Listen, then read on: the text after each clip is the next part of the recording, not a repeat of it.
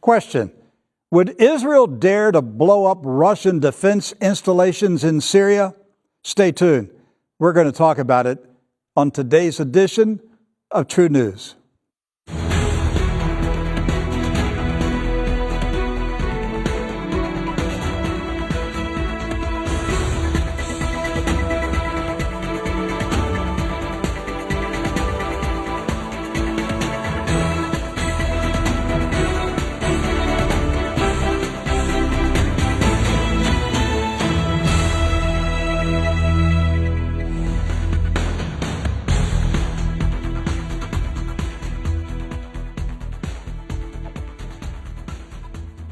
This is True News. I'm Rick Wiles.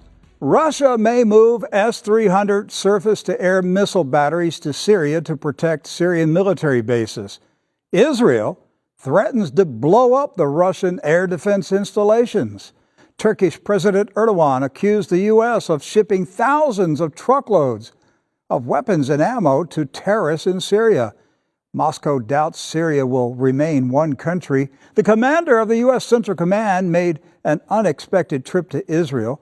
U.S. House Democrats allowed PAC IT workers to transfer classified documents to Pakistan.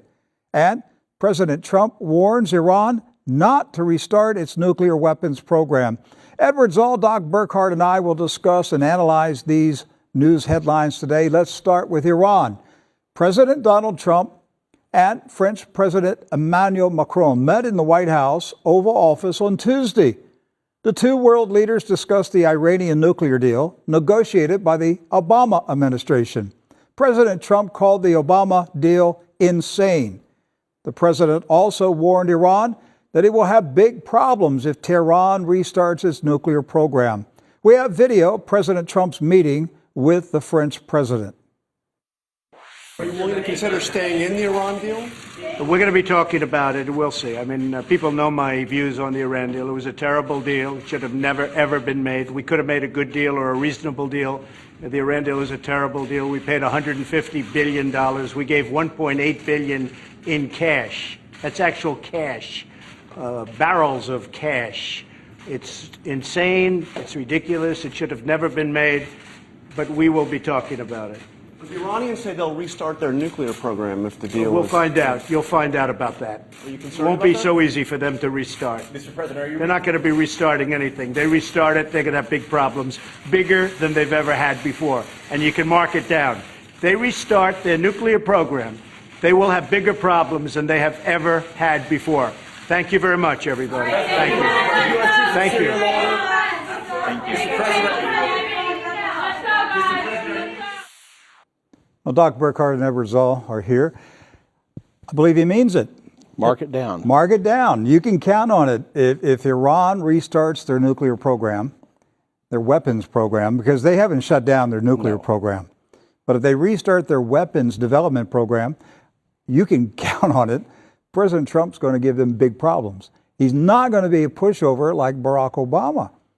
I've never figured out that deal, if you call it a deal, that Barack Obama gave the Iranians. I mean, he gave them everything that they wanted, more than they wanted, and then sent plane loads, military planes loaded with skids full of cash. Yes. What did President Trump say? How much was it? $1.8 billion. $1.8 billion in cash. Barrels of cash. I liked what he said. He said barrels of cash.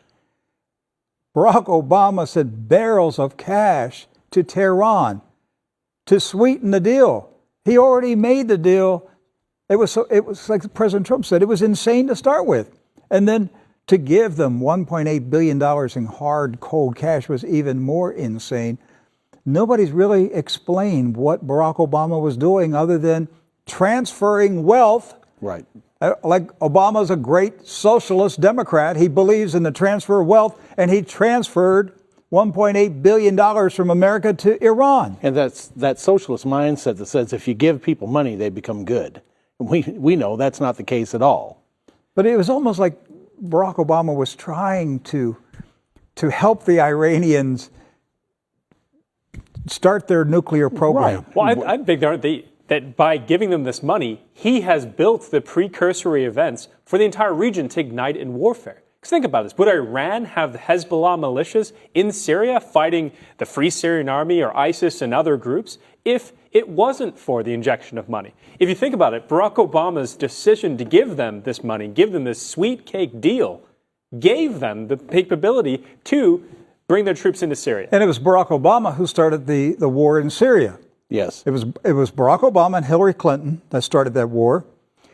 That war brought Iran into Syria. There were no Iranian troops in Syria before they started the war. So are you suggesting we financed the invasion of Syria from Iran with that money? Well, we started the war in Syria, and then we gave Iran $1.8 billion. Okay, if you really wanted to be sinister, you could make an argument that what Barack Obama was doing was laying the foundation for World War III. Yes. You know, if you look, if I put kindling wood all the way around your house, and I douse the wood with gasoline, and I lay a box of matches there, am I trying to burn down your house? Am I hoping that somebody comes up, strikes a match, and your house burns down? You're setting all the circumstances for it. That's right. That's what Barack Obama did. He set the circumstances for World War III. All the stuff that's happening in Syria is because of Barack Obama and Hillary Clinton. It's their war. There was no war in Syria. There was no civil war. There isn't a civil war. Syria was invaded by an army that was brought together by Barack Obama and the King of Saudi Arabia and other Western powers, and they invaded Syria. Now you have Iranian troops in Syria. You have Russian troops in Syria. But they weren't there before Barack Obama. But he got the Nobel Peace Prize. Right. How do you get a Nobel Peace Prize when you start a war? That's the way the modern world works. So Emmanuel Macron is there today to talk to President Trump to try to keep him in this Iran deal. Because May 12th is the trigger deadline where the United States could pull out of this deal by May 12th. And so President Trump, when he came into office last year, he gave the Europeans a ultimatum. Straighten out this Iranian deal by May 12th or we're out of it. Well, he had promised the voters that we were going to be out of this thing. That's right. So that's why Mr. Macron is here today, is to persuade President Trump to stay in it. Now, the European Union is trying to put economic sanctions on Iran, but they have a problem. All 28 members of the EU have to be in agreement. Italy is not. Italy is blocking the sanctions because Italy has billions of dollars worth of contracts with Iran. So all this is coming together right now over the next week or two. And Mr. Macron was there because he was sent to Washington by the Europeans to get Donald Trump under control. You know, Emmanuel Macron, the puppet of the Rothschilds, the GQ poster boy of Paris. He is sent to Washington to get this crazy Donald Trump under control. And what did Donald Trump do to him today? Oh my goodness! It was embarrassing. It was embarrassing. We'll show you the video of it. This is hilarious. Watch what President Trump did to the French president. It's a great honor that you're here. But we do have a very special relationship. In fact, I'll get that little piece of dandruff for that little piece.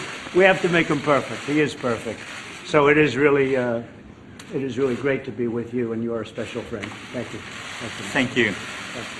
Thank you. Thank you very much, Mr. President. He's brilliant. He's brilliant. When I saw that, I was like, "Are you kidding me? That Did the president just do photograph that?" went viral worldwide. Everybody sees it because what is everybody going to remember about the meeting between Donald Trump and Emmanuel Macron? Whether he has dandruff or not. He had dandruff, and the president flipped it off of him. And then there's another photograph of President Trump taking Mr. Macron's hand like a little boy and leading him through the White House. I mean, the photograph looks like Mr. Trump is taking a 5-year-old to the potty room. Yes. All right. Well, when I saw this, it immediately reminded me of the things that Marine Le Pen, the former presidential competitor against Macron in France, had said at the time, is that Macron is a puppet of whoever the most powerful person in the room is at the time. You mentioned previously he worked for the bankers. Now he's working for the EU, but he was clearly overpowered by President Trump. Absolutely. So he wanted, what they call the optics. He wanted the optics to show him in control, but the optics show him having dandruff on his jacket, and so he was embarrassed in front of the whole world. Now, Angela Merkel is coming in on Thursday, so she's the next one coming into Washington to try to tame Donald Trump. But I can't wait to see what he does to her. Wow, when I saw that today, I was like, he completely overpowered Mr. Macron. Yes, he did. He set with the a smile tone. on his face. Right. And, here he is, the GQ president, really, of Europe, and just was taken down 4 or 5 notches. That's right. That's a brilliant move by Donald Trump. Let's talk about Syria. Okay, so several days ago, reports came out of the Middle East and Russia that Vladimir Putin is seriously considering, this is right after the bombing, that when the U.S. and France and United Kingdom bombed Damascus, the Russians said that they were seriously thinking about shipping S-300 surface-to-air batteries to Syria to protect the Syrian military. Now, I had to check into this because I thought S-300s were already in Syria, and they are. They're guarding Russian installations. Yes. But the Syrian military does not possess the S-300s. Now, the S-300 is a modern surface-to-air missile battery that shoots down warplanes and missiles. Right. It's very accurate, and they have Russia's up to what now? An S-500 is their ultimate one that they have. So, but the Syrian army has never had their own. And the Russians have delayed shipping to the Syrians over several years. Right. Trying to show the West, look, we're not inflaming the situation there. We're trying to work something out with you guys. But after the bombing, the Russians said, okay, our patience is done. Our patience is up. We're going to send the S-300s. Now, they came back and Sergei Lavrov, the foreign minister, said, well, the final decision rests with President Putin, and he has not told anybody what he's going to do. Yes. But from everything that we see, they're going to send the S-300s to the Syrian military. So now we have Mr. Lieberman, right? Yes. Avi Lieberman, the defense minister in Israel. And he's a real war hawk. And he says, well, first of all, the commander of the IDF, the Israeli Defense Force, he said, our military knows what to do. We know how to take them out. And then Mr. Lieberman said, if they're a threat to us, if they threaten Israel, we will take them out. Well, think about what he's saying. If they're a threat to If Israel. they're a threat, well, if it's a surface-to-air air defense system, Right. and you're defending your military bases, your capital, Your air. you're defending your air. How could it be a threat to Israel? Only if there were Israeli planes and jets flying Bombing through your country. Right. But the Israelis are saying, if they threaten our planes, we will take them out. Well, you can't threaten the Israeli planes unless the Israeli planes are bombing Syria. Right. But the Israelis are saying, how dare you bomb, how dare you shoot down our planes that are bombing you?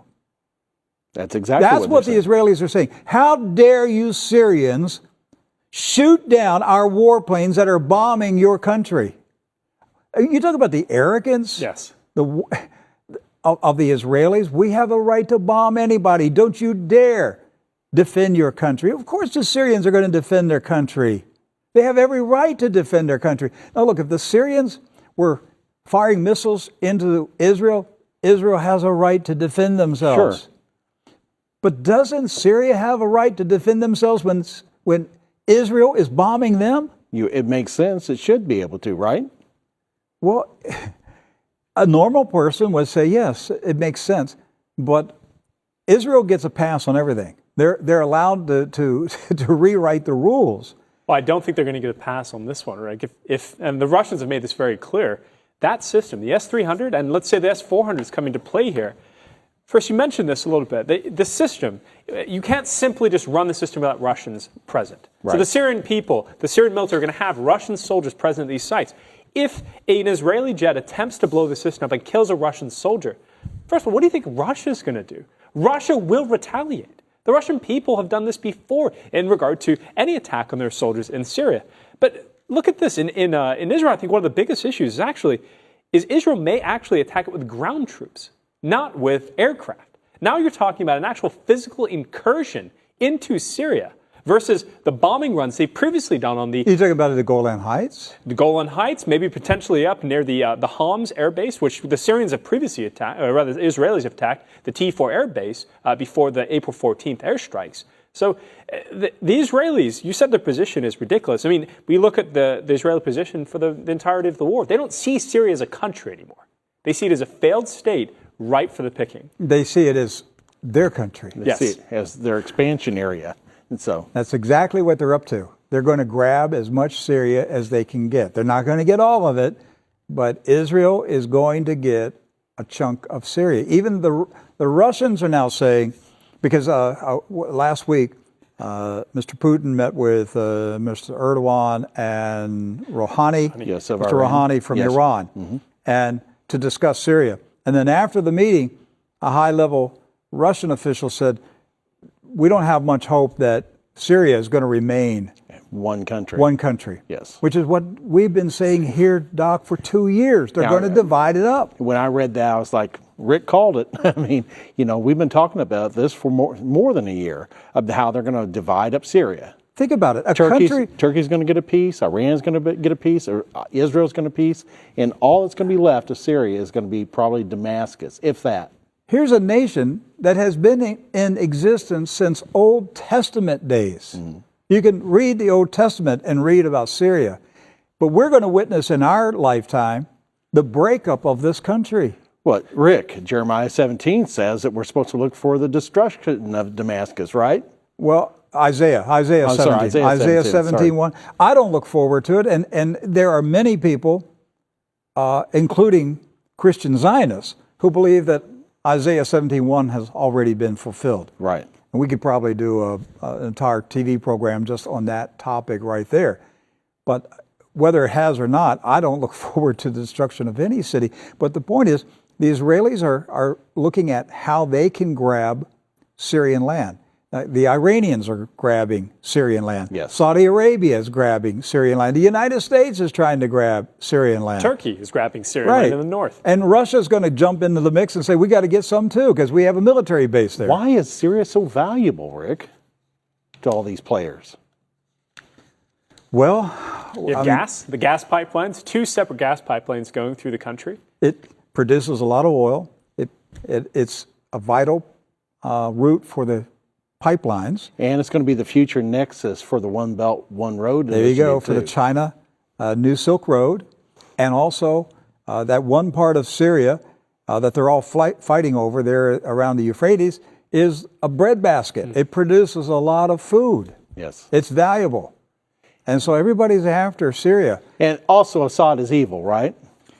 Well, yeah, if you believe the propaganda. But who did he meet with? Was it today or yesterday? Today, yes. Today is the Remembrance Day for the Armenian Genocide. And President Assad and his wife, the First Lady of Syria, met with a number of Christian leaders from Aleppo in remembrance of the Armenian Genocide. All right, now here's why this is important. So the Turks conquered a big chunk of Armenia. Yes. They slaughtered 1.5 million Christians. According to YouTube, the reason True News was deleted from YouTube was because of a show that we did last year on the Armenian genocide. Right. For some reason, YouTube found that program to be offensive. That's another issue. But 1.5 million Christians were slaughtered by the Turks at the turn of the 20th century. Many of the Christians fled to Aleppo. Right. And they stayed there. That's why Aleppo was a large population of Christians. So when ISIS went into Aleppo several years ago, those were Christians who were slaughtered. Slaughtered by who? The jihadists that the Pentagon and the CIA armed. Yes.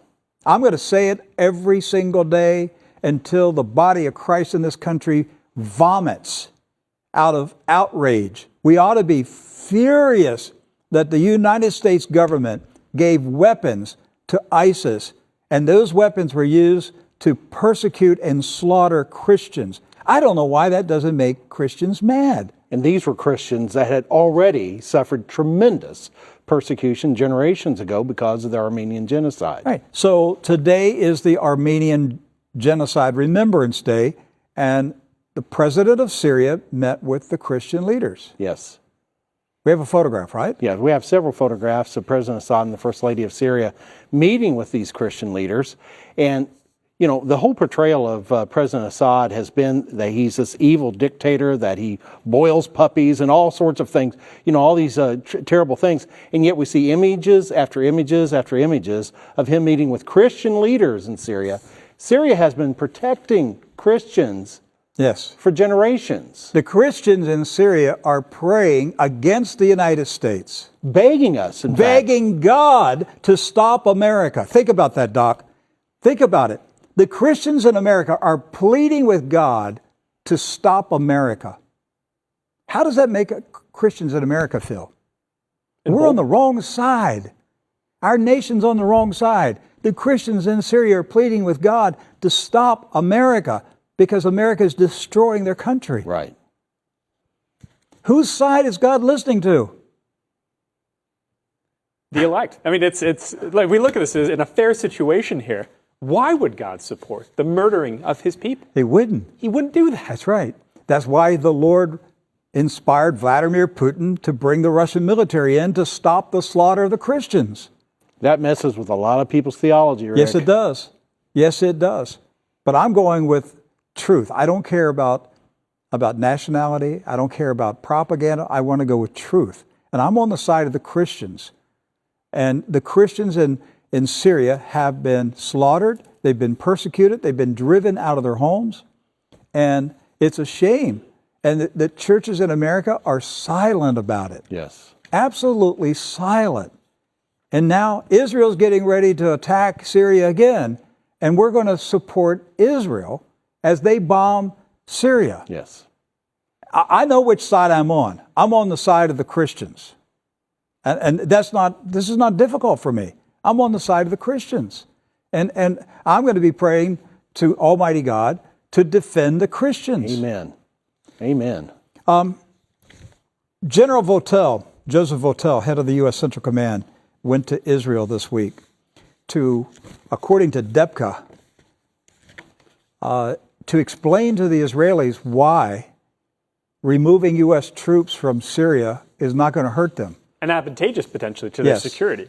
So apparently, and I'm encouraged by this, President Trump is still moving toward removing U.S. troops. Now, he's got people around him. He mentioned that again today. Yes, he did. So. He's got people around him who are trying to stop him from doing it. I'm talking about the people in the White House and government agencies that are trying to block. I am convinced that fake chemical attack was carried out by intelligence agencies who were trying to stop President Trump from carrying out his promise to remove the troops. Yes. But General Votel went to Israel this week to explain to the Israelis why the U.S. troops need to come home. But according to DEPCA file, Israel wants U.S. troops to remain in Syria.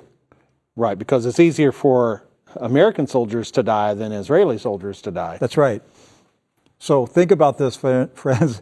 Israel is pressuring the United States to have military forces in Syria and to continue that war. President Trump is trying to get out of Syria. And doesn't that go along? Didn't we hear a general a couple of weeks ago that said that it's our duty as American soldiers to die for Israel? That's actually the commander of the U.S. soldiers who are based in Israel. We have a Patriot battery that's near the border of the Golan Heights, and that was his statement was, "My soldiers with me, we will die to protect Israel."